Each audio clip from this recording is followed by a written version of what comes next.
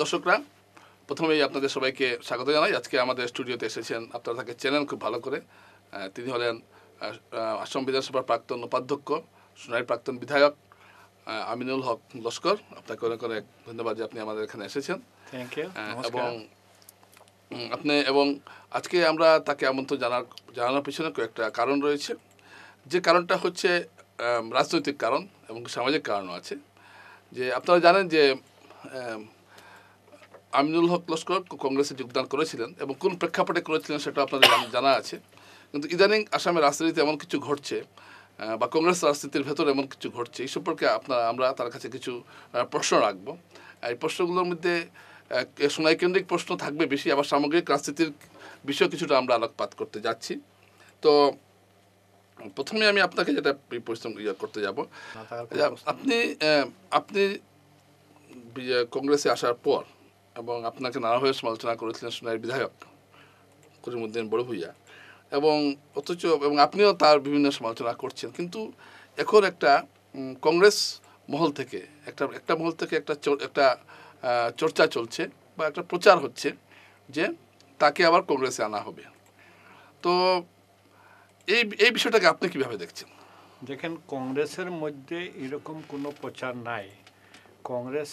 প্রদেশ কংগ্রেসের সভাপতি স্বয়ং সাংবাদিক সম্মেলনে বলেছেন যে এআইডিএফের কোনো নির্বাচিত সাংসদ বিধায়ককে আমরা কংগ্রেসে নিব না।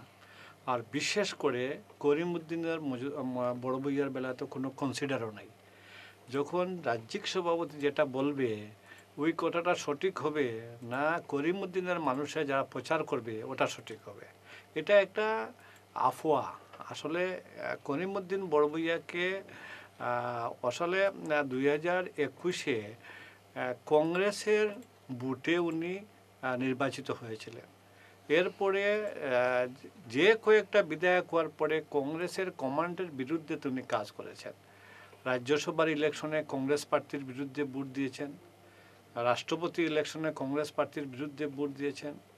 বর্তমান মুখ্যমন্ত্রী ডক্টর হেমন্ত বিশ্ব শর্মার খুব ঘনিষ্ঠ, ওনার মুখপাত্র হয়ে কাজ করেছেন।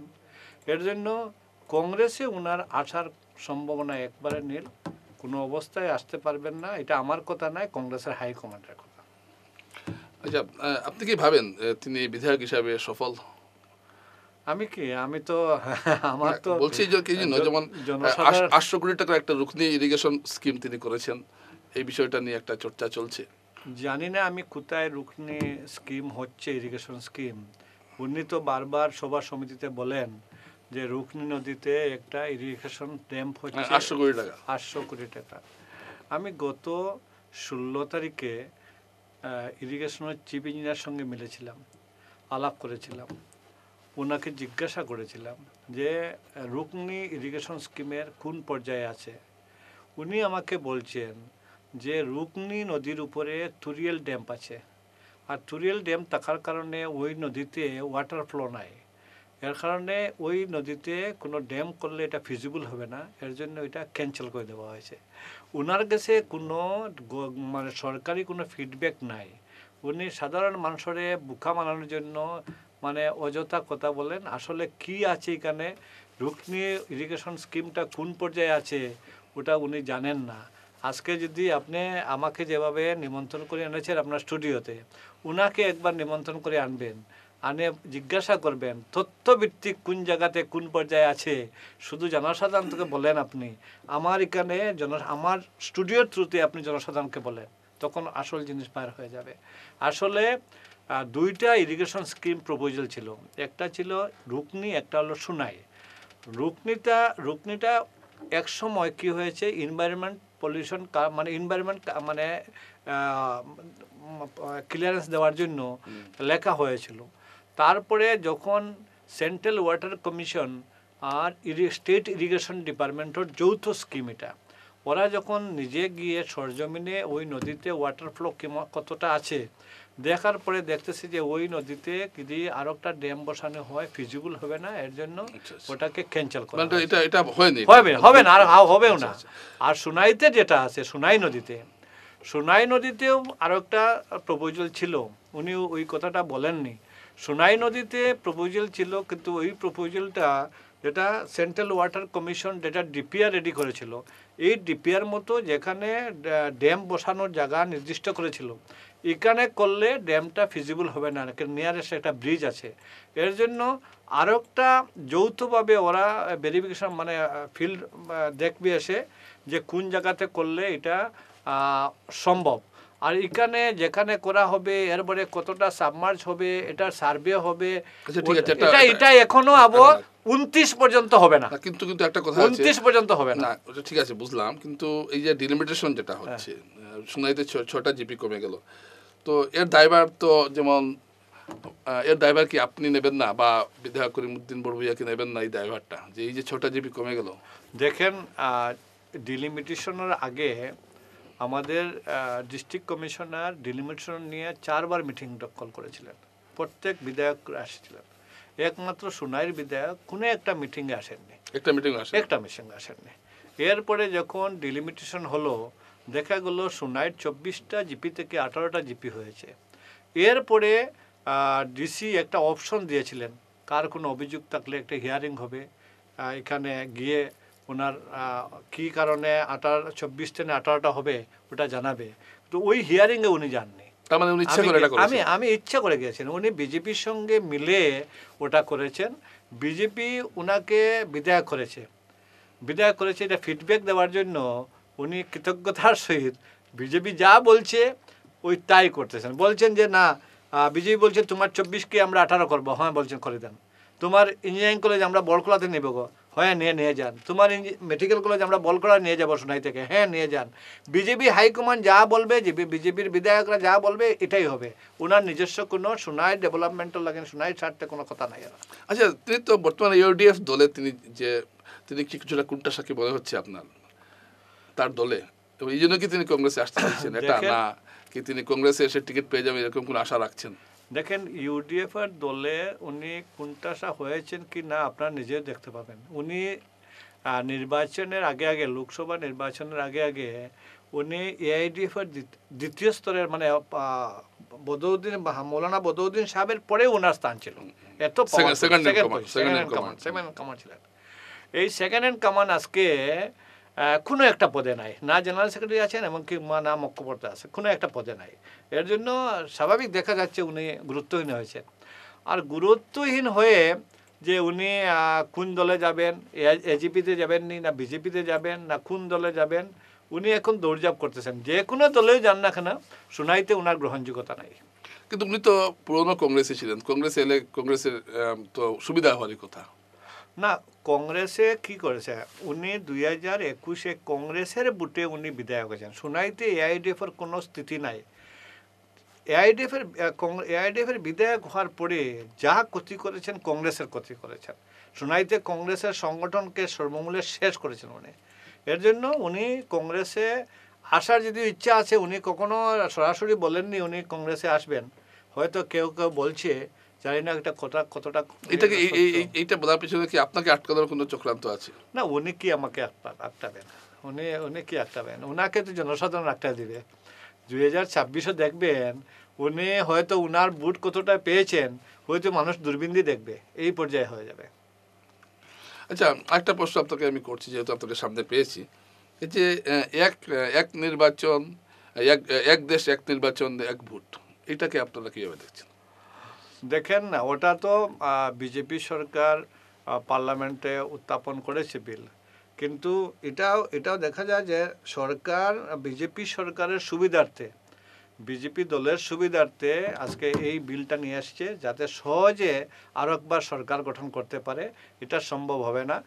পুরা ভারতবর্ষের মানুষ সচেতন, প্রত্যেক দলের মানুষ সচেতন, বিজেপির এই চিন্তাধারাকে কোনো অবস্থায় সবল করতে দেবে না। যেমন আবার একটা সোনাই প্রসঙ্গে আসি। সোনাই বিধায়ক বলেছেন যে 6 মাসের মধ্যে, আগামী 3-4 মাসের মধ্যে একটি সভায় তিনি বলেছেন যে প্রায় 64 গ্রামীণ রাস্তা তৈরি করা হবে। তো এটা করতে পারলে তিনি ভালো কাজ করবেন, মানুষটাকে তো সাংঘাতিকভাবে ভাবাবা দেবেন। আপনার মিডিয়াতেও দেখেছি, আজ থেকে প্রায় 4 মাস আগে 5 মাস আগে উনি মানে গ্রামেগঞ্জে অ্যানাউন্সমেন্ট করে ওনার কর্মীদেরকে অ্যানাউন্সমেন্ট করে বলেছেন যে আপনারা কাগজপত্র জমা দেন, এক ঝটকাতে 10,000 প্রধানমন্ত্রী আবাস যেটা ওটা আমি স্যাংশন করে নিয়ে আসছি, 10,000 একসঙ্গে প্রধানমন্ত্রী আবাস এটা স্যাংশন হয়ে যাবে। এরপরে দেখা গেল সোনাইতে মাত্র 24টা জিপিতে মাত্র 250টা আপনার প্রধানমন্ত্রী আবাস স্যাংশন হয়েছে। এখন যে ব্যক্তি বিধায়ক হওয়ার পরে 4 বছর 6টা রাস্তা করতে পারেননি, গ্রামে গ্রামে গ্রামে যেটা মানে গ্রামীণ রাস্তা, আজকে 1 বছরের ভিতরে 600টা করে নেবেন, এটা যোগ কথা। এই আগের 10,000 PMAY আবাস যেটা এরকম এটা কথা আর কি, আসলে এটা সম্ভব নয়। আর যেখানে সরকারি টাকা দিয়ে উনি করতে পারলেন না, আর ওনার নিজস্ব টাকা দিয়ে করবেন, যে একজন ঋণগ্রস্ত মানুষ, ঋণী, ব্যাংকে এখনও ওনার কাছে টাকা পায়, উনি কিভাবে ওনার নিজের পয়সা দিয়ে, নিজের খরচা দিয়ে, নিজের টাকা দিয়ে 600 রাস্তা করবেন? একমাত্র মানুষকে বোকা বানানোর জন্য এটা, কিছুই না। যে জন্য 4 বছরে 6টা রাস্তা করতে পারেননি, উনি কিভাবে 1 বছরের ভিতরে আপনি বলতে চাইছেন যে সোনার উন্নয়ন তিনি কিছুই করতে পারেননি, কিছুই করতে পারেননি। আচ্ছা, এখন আবার একটা রাজ্য বিষয়ে যে এখন যে কংগ্রেস, হিমন্ত বিশ্ব শর্মা বলেছেন যে মুসলমান ঘনিষ্ঠ যে আসনগুলো আছে সেই আসনগুলোতে এবার তারা টার্গেট করছেন এবং এখান থেকে তারা জয়ী হবেন। কারণ তার বক্তব্য হচ্ছে যে মুসলমানরা এখন বিজেপির দিকে ঝুঁকছেন, কংগ্রেসে তাদের সঙ্গে ছলচাতুরি করেছে তার ভাষায়, এটা মুসলমানরা বুঝতে পেরেছেন এবং মুসলমানরা এখন বিজেপি মুখী হচ্ছেন। প্রমাণ হিসাবে ধলাই, বিহালি এসব তিনি বলেছেন, করিমগঞ্জের কথা বলেছেন। তো এটাকে আপনি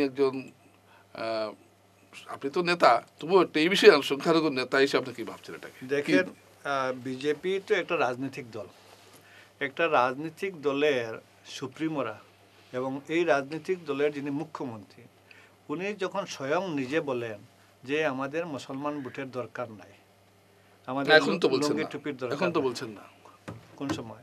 আগে বলেছেন, উনি সব সময় বলেন, আগের বলা এখনের বলা কোনো তফাৎ নাই। আজকে কেন মুসলমানরা বিজেপিকে ভোট দিবে? বিজেপি আজকে দেখুন, আমি বিজেপিতেও ছিলাম, আমি কেন বিজেপি ছাড়লাম? বিজেপি ছাড়ার মূল কারণ হয়েছে বিজেপি আমাদের মুসলমান মানুষকে কোনো গুরুত্ব দেয় না। আর বিজেপি আজ পর্যন্ত পার্লামেন্টে হোক কিংবা অ্যাসেম্বলিতে হোক, বিজেপিতে যেটা পার্লামেন্টে অ্যাসেম্বলিতে সবসময় মুসলমান বিরোধী বিল উত্থাপন করা হয় সবসময়। আজকে যেগুলার কোনো কাজ, সাধারণ মানুষের কোনো কাজ না আসা বিলগুলা উত্থাপন করা হয়েছে, আর স্পেশালি টার্গেট একটা ধর্মের মানুষের উপরে।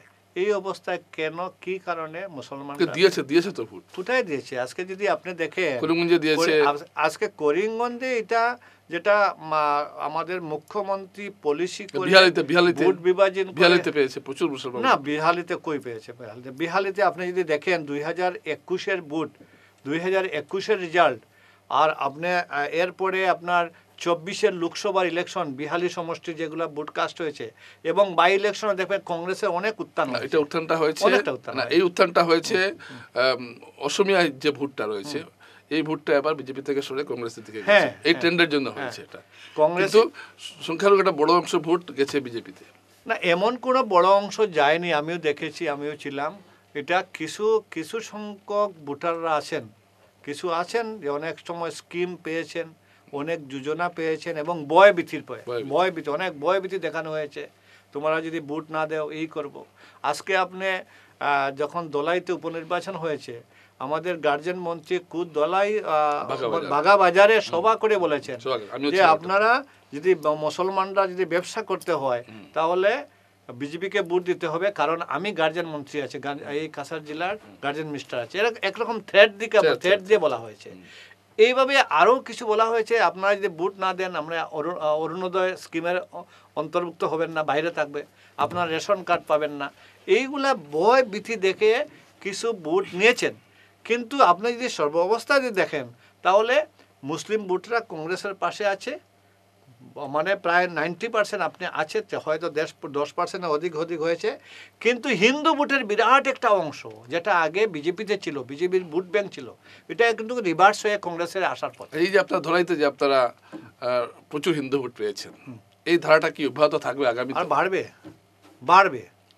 মানুষ এখন দেখতেছে যে এই বিজেপি সরকারের সময়, এই যে আপনার বর্তমান যে সরকার চলছে আসামে, এখানে শুধুমাত্র হিন্দু মুসলমান দেখিয়ে একটা রাজ্যর উন্নয়ন করা সম্ভব নয়। মানুষের মন ডাইভার্ট করার কারণে আজকে সত্যিকারের যদি এই দল যে হিন্দুকে বালাবাতো, যে আজকে বলতো যে না আমরা হিন্দুর দল, তাহলে দ্রব্যমূল্য যে বৃদ্ধি হয়েছে, হিন্দুদের জন্য আলাদা একটা দোকান থাকতো, যে হিন্দুদের জন্য এই দোকান, এখানে ডালের মূল্য হতো, তেলের মূল্য হতো, চাউলের মূল্য হতো। আজকে দ্রব্যমূল্য হিন্দুদের যেভাবে অসুবিধা হচ্ছে, মুসলমানদের একই অসুবিধা হচ্ছে। আজকে স্মার্ট মিটারে হিন্দুদের যে অবস্থা হচ্ছে, মুসলমানদের একই অবস্থা হচ্ছে। এর জন্য আজকে দেখবেন যদি হিন্দু ভোটাররা যদি কংগ্রেসের সঙ্গে বিজেপির সঙ্গে থাকতো, যে জোরহাটে গৌরব গগৈ সাংসদ হতেন না। আজকে হিন্দু ভোটাররা যদি আপনার সমস্ত বিহালিতে থাকতো, তো আজকে এই সমস্ত সামান্য ডিফারেন্সে আপনার বিজেপি জিতত না। আর সরকার এত বেশি, আচ্ছা একটা সমষ্টিতে দেখা গেছে যে যেদিকে আটবেন ওদিকে বিজেপির বিধায়ক, যেদিকে আটবেন ওদিকে বিজেপির মন্ত্রী, সমস্ত মেশিনারির কাজে লাগায় যে 8-9 হাজার ভোটে জিতে, তো ওইটা জিতা হলো নাকি? জিতা হলো না, মানে বিজেপির গ্রাফ ডাউন হচ্ছে। এটা আপনারা ভাবছেন। দর্শকরা, আমরা আমির লোক সাহেবের কাছ থেকে আমরা অনেক কিছু শুনলাম এবং তিনি অনেক গুরুত্বপূর্ণ বিষয়ে কথাগুলো বলেছেন। তো আরও কিছু প্রশ্ন রয়ে গেছে আপনার কাছে, বেশি সময় আমি নেব না। তো আগামী যে নির্বাচনটা হবে, যে 2026-এর নির্বাচন, এই নির্বাচনে কংগ্রেস কতটুকু ভালো ফল করতে পারবে, বা এটা আপনার কি ধারণা যে কংগ্রেস আগামী 26-এ এখন যেভাবে চলছে, এইভাবে যদি চলে, 26-এ কংগ্রেসে অ্যাবসলিউট সরকার গঠন করবে। আপনি দেখবেন বরাকবেলিতে 13টা সমষ্টি আছে, এই 13টাতে আজকে চয়নবাবু আপনার স্টুডিওতে বসে বলছি, 7টাতে 8টা সিট বিজেপি কংগ্রেস জিতবে। কিন্তু কংগ্রেসের যে আপনাদের যে মূল সমস্যাটা হলো যে কংগ্রেস যতটা না বিজেপির সঙ্গে লড়াই করছে, নিজেদের মধ্যে লড়াইটা কংগ্রেসের বেশি হয়। তো এই করে তো আপনার আগেরবারও, মানে তখন তো আপনি ছিলেন না, কংগ্রেস অনেকগুলো আসন হারিয়েছিল, তো এবারও কি এটা পুনরাবৃত্তি ঘটবে না? না, এটা ঘটবে না, অনেকটা পরিবর্তন হয়েছে, না এটা ঘটবে না। আর এটা তো ধরেন কংগ্রেস থেকে বিজেপিতে অনেক বেশি, আরও যদি আমরা দেখতে পাচ্ছি না, কিন্তু বিজেপিতে অনেক বেশি। আচ্ছা, ধরুন কোনো কারণে করিমউদ্দিন বড়ভূইয়া কংগ্রেস এসে গেলেন, তখন আপনি কি করবেন? এসে যাওয়ার কোনো প্রশ্ন হয় না। আর করিমউদ্দিন বড়ভূইয়াকে, এই ব্যক্তিকে কোন সোনাইয়ের মানুষ ঘৃণা করে? কারণ আজকে দেখেন উনি প্রায় 72,000 ভোট পেয়েছেন। লোকসভাতে তৃণমূল কংগ্রেসের প্রার্থীকে সমর্থন করেছিলেন, মাত্র 6,000 ভোট পেয়েছেন। আজকে যদি উনি সোনাই সমষ্টিতে কোনো কারণে সভা সমিতিতে যান, উনি সঙ্গে মানুষ নিয়ে যান, ওই গ্রামের কোনো মানুষ থাকেন না, এই অবস্থা ওনার হয়েছে। আজকে আমি 2016-তে 44,000 ভোট পেয়ে বিধায়ক হয়েছিলাম, 2021-এ 54,000 ভোট পেয়ে হারেছি। আমার ভোট বেড়েছে, আমার গ্রাফ বাড়েছে। আর উনার হয়েছে যে আজকে 72,000 ভোট পেয়েছেন, 26-এ দেখবেন উনি যদি যে দলতেনও কালার না কেন, 6,000 ভোট পাওয়া মুশকিল হবে। খুব ভালো বললেন আপনি, যেটা বললেন যে মানে করিমউদ্দিন বড়ভূইয়ার গ্রাফটা নাম, সেটাই আপনি বলতে চাইছেন। আচ্ছা, হঠাৎ একটা আপনার দলের ভিতরে একটা অংশ আমরা লক্ষ্য করছি, তাকে ফেরাতে, মানে আপনি এর আগে এইগুলো কথা ছিল না, আপনি যোগদান করার 3-4 মাস পর থেকে এই কথাটা খুব উঠছে যে না এখন সাজুকে আনতে হবে। এই আপনার দলের ভিতরে এই মনোভাবটা কেন আসছে একাংশের? আমার দলের ভিতরে চয়নবাবু একজন ব্যক্তি নাই যে সাজুকে, একবার তৃণমূল পর্যায়ের থেকে, একবার রাজ্যিক পর্যায়ে, একবার রাষ্ট্র পর্যায়ে কোনো একজন ব্যক্তি নাই যে সাজুকে আনার। সাজুর কিছু মানুষ, সাজুর কিছু ওনার ব্যক্তি মানুষ, যারা ওনার যে সমর্থিত, এরা গ্রামে গঞ্জে কয়ে বেড়াচ্ছে যে সাজু কংগ্রেসে আসতেছে, সাজু কংগ্রেসে। মানুষ এখন ওকে বসার জায়গা দিচ্ছে না, এই কংগ্রেসে আসছে বলে ওই কথাটা বলে বসার জন্য ব্যবস্থা করতেছে। আসলে কংগ্রেসের কোনো একবারে তৃণমূল পর্যায়ের থেকে একবারে রাষ্ট্রীয় পর্যায়ে কোনো একজন ব্যক্তি তার জন্য কোনো ওকালতি করতেছে না। এটা কংগ্রেসের এআইডিএফের কিছু সাজুর কিছু মানুষরা এরা ওকালতি করতেছে, এরাও অপপ্রচার করতেছে, আসলে এটা নয়। দর্শকরা আপনারা শুনলেন আমিনুল সাহেব যা বললেন, এবং তার রাজনৈতিক যে বক্তব্য সবসময় তিনি এইভাবেই বলেন, এবং আমি জানি দর্শকরা অত্যন্ত আগ্রহের সঙ্গে তার কথা শুনেন। আজকেও তিনি অনেকগুলো গুরুত্বপূর্ণ কথা বলেছেন, জাতীয় রাজনীতির কথা, সুনাই রাজনীতির কথা। আমি কেন সুনাই রাজনীতির কথাটা এখানে আনলাম, এর কারণটা হলো সুনাইয়ে যা ঘটে এটা কিন্তু সারা বরাক উপত্যকায় প্রতিফলিত হয়। এটা আমরা বারে বারে দেখেছি। একটা বৌদ্ধিক প্রাণকেন্দ্র বলতে পারেন সুনাইকে, বরাকের রাজনীতির। তো সেই হিসাবে সুনাইয়ের কথাটা আমি বারে বারে এই জন্যই আনলাম, এবং তাই এই কারণেই আমার আনার উদ্দেশ্যটা হলো এটা। তো আপনাকে শেষ প্রশ্নটা করছি যে আপনি সুনাইয়ের ভবিষ্যতে কতটুকু আশাবাদী? দেখেন, সুনাইতে আমি যখন বিধায়ক, আমি পর্যন্ত বিধায়ক যখন ছিলাম, সুনাইয়ের একটা যেটা ডেমোগ্রাফি যেটা ছিল, জিওগ্রাফিক্যাল এরিয়া যেটা ছিল, এটা বরাক উপত্যকার 15টা সমষ্টির মধ্যে সুনাই সমষ্টি 1 নম্বর ছিল, যেটাকে এডুকেশনাল হাব বলা হতো। যে সুনাইতে মেডিকেল কলেজ, সুনাইতে ইঞ্জিনিয়ারিং কলেজ, সুনাইতে ইউনিভার্সিটি, সুনাইতে ভেটেরিনারি কলেজ, সুনাইতে বিএড কলেজ, সব সুনাইতে ছিল। আজকে এখন 2021-এর পরে যিনি বিধায়ক হয়েছেন, উনি বিধায়ক হওয়ার পরে আজকে সুনাই থেকে মেডিকেল কলেজ বার হয়ে বড়কলাতে, সুনাই থেকে ইঞ্জিনিয়ারিং কলেজ বার হয়ে বড়কলাতে, বৌদ্ধিক যে একটা ইয়ে ছিল এটা এখন নাই, এটা এখন নাই। এখন এক পর্যায়ে সুনাই বর্তমানে 13টা সমষ্টির মধ্যে সবচেয়ে নেগলেক্টেড একটা সমষ্টি হয়েছে, সুনাই সমষ্টি। এটাকে পুনরুদ্ধার করতে হলে আগামী 26-এ একটা বলিষ্ঠ ভূমিকার প্রয়োজন আছে। এর জন্য আগামীতে যে সুনাই সমষ্টির যা লস হয়েছে, 24টা জিপি থেকে 18টা জিপি হয়েছে। আজকে অন্যান্য সমষ্টিতে রেশন কার্ড দেওয়া হয় 15,000 16,000, আমরা সুনাই সমষ্টিতে পাই 7,000। আমরা অন্যান্য সমষ্টিতে বিধায়ক ছিলেন আপনার খেল মহারণের চেয়ারম্যান, সুনাইতে খেল মহারণের চেয়ারম্যান। স্টেডিয়ামটা কি হয়েছে? একটা স্টেডিয়াম, এটা স্টেডিয়াম একটা, আচ্ছা, মিডি স্টেডিয়ামের কথা আপনি বলেছেন, ঠিক আছে। মিডি স্টেডিয়াম মানে আপনার বারিকনগরে যেটা শিলডুপি জিপির, শিলডুপি আর শহীদপুর জিপির এর মধ্যেখানে। এখানে এই অঞ্চলের গরিব মানুষরা, খেলপ্রেমী মানুষেরা, এরা প্রায় 25 বিঘা জায়গা সরকারকে দান করেছিল। আর বিধায়ক বলছিলেন এখানে একটা মিনি স্টেডিয়াম হবে, খেলাধুলা হবে, এই অঞ্চলের মানুষ এখানে ভালো একটা ব্যবস্থা পাবে খেলাধুলার জন্য, এই আশা দিয়েছিলেন এরিয়ার মানুষকে। এর জন্য 25 বিঘা জায়গা দান করেছিলেন। আর একই সঙ্গে দোলাই এবং লক্ষ্মীপুরেও এইভাবে মিনি স্টেডিয়ামের জন্য জমিন দান করা হয়েছিল। আজকে লক্ষ্মীপুর দোলাইতে মিনি স্টেডিয়াম সম্পূর্ণ হওয়ার পথে, কিন্তু আজকে সুনাইতে এই মিনি স্টেডিয়াম কোন জায়গাতে আছে একবার বিধায়ক তো বলবেন। মানুষের ক্ষেতের জায়গা, মানুষের মানে যারা দিয়েছিল ওরা একটা মানে ছিল। এই যে 23 তারিখ আসবে ডিসেম্বরের, 3 বছর সম্পূর্ণ হয়ে যাবে। আর 3 বছর সম্পূর্ণ হলে একটা সরকারের একটা নিয়ম আছে যে কেউ যদি একটা জায়গা সরকারকে দান করে একটা উদ্দেশ্য নিয়ে, আর 3 বছরের ভিতরে যদি এই জায়গাকে এই কাজে যদি মানে ব্যবহার না করা হয়, এই জায়গাটা রিভার্স হয়ে যায়। আজকে 3 বছর পরে কৃষকরা তার জায়গায় পেয়ে যাবে, আর তো দেবে না, স্টেডিয়াম কোথায় যাবে? এই যে এমএলএ এর কাজ করার ক্ষমতা নাই, মানুষকে বোকা বানানোর জন্য, একটা ধোঁকা দেওয়ার জন্য একটা এরকম একটা কাজ। আসলে একটা কাজ এখনো করতে পারেননি। আজকে আমার সময় সুনাইতে আর রেসিডেন্সিয়াল মানে একটা নবোদয় প্যাটার্ন রেসিডেন্সিয়াল স্কুল হওয়ার পথে, আপনার দক্ষিণ মনপুরে। আজকে আমার সময় একটা ওমেন মডেল কলেজ শেষ হওয়ার পথে। আজকে সায়েন্স অ্যান্ড মিউজিয়াম মানে প্ল্যানেটোরিয়াম সুনাইতে হওয়ার পথে। আজকে 4 গেট টার্গেট মানে ট্রেনিং সেন্টার হওয়ার পথে। আজকে 2টা আর্টস কলেজকে সায়েন্স স্ট্রিম দেওয়া হয়েছে। একটা কাজ ওনাকে বলবেন যে একটা কাজ আপনি করেছেন দেখান। আমার সময় 3টা সিগনেচার প্রজেক্টের রাস্তা হয়েছে। আজকে শিলকুড়ি থেকে বৈরাগী টিলা পর্যন্ত সাতলার ওয়াটার লেভেলের উপরে রাস্তা হয়েছে। আজকে খুসুদুরাম থেকে হাতিকাল পর্যন্ত সিগনেচার প্রজেক্টের কাজ হয়েছে। আজকে শিলকুড়ির থেকে আপনার শিলকুড়ি পর্যন্ত, শিলডুপি থেকে শিলকুড়ি পর্যন্ত এই রাস্তাটা সিগনেচার প্রজেক্টের কাজ হয়েছে। আজকে তোমার বেলায় কোথায় কাজ? একটাও কাজ করতে পারোনি। হ্যাঁ, শুধু বলবে 800 কোটি টাকার আমি স্কিম এনেছি, কোথায় স্কিম? হ্যাঁ, আচ্ছা দর্শকরা, আসলে যেটা তিনি বলছেন, তিনি তথ্য সহকারে বলছেন।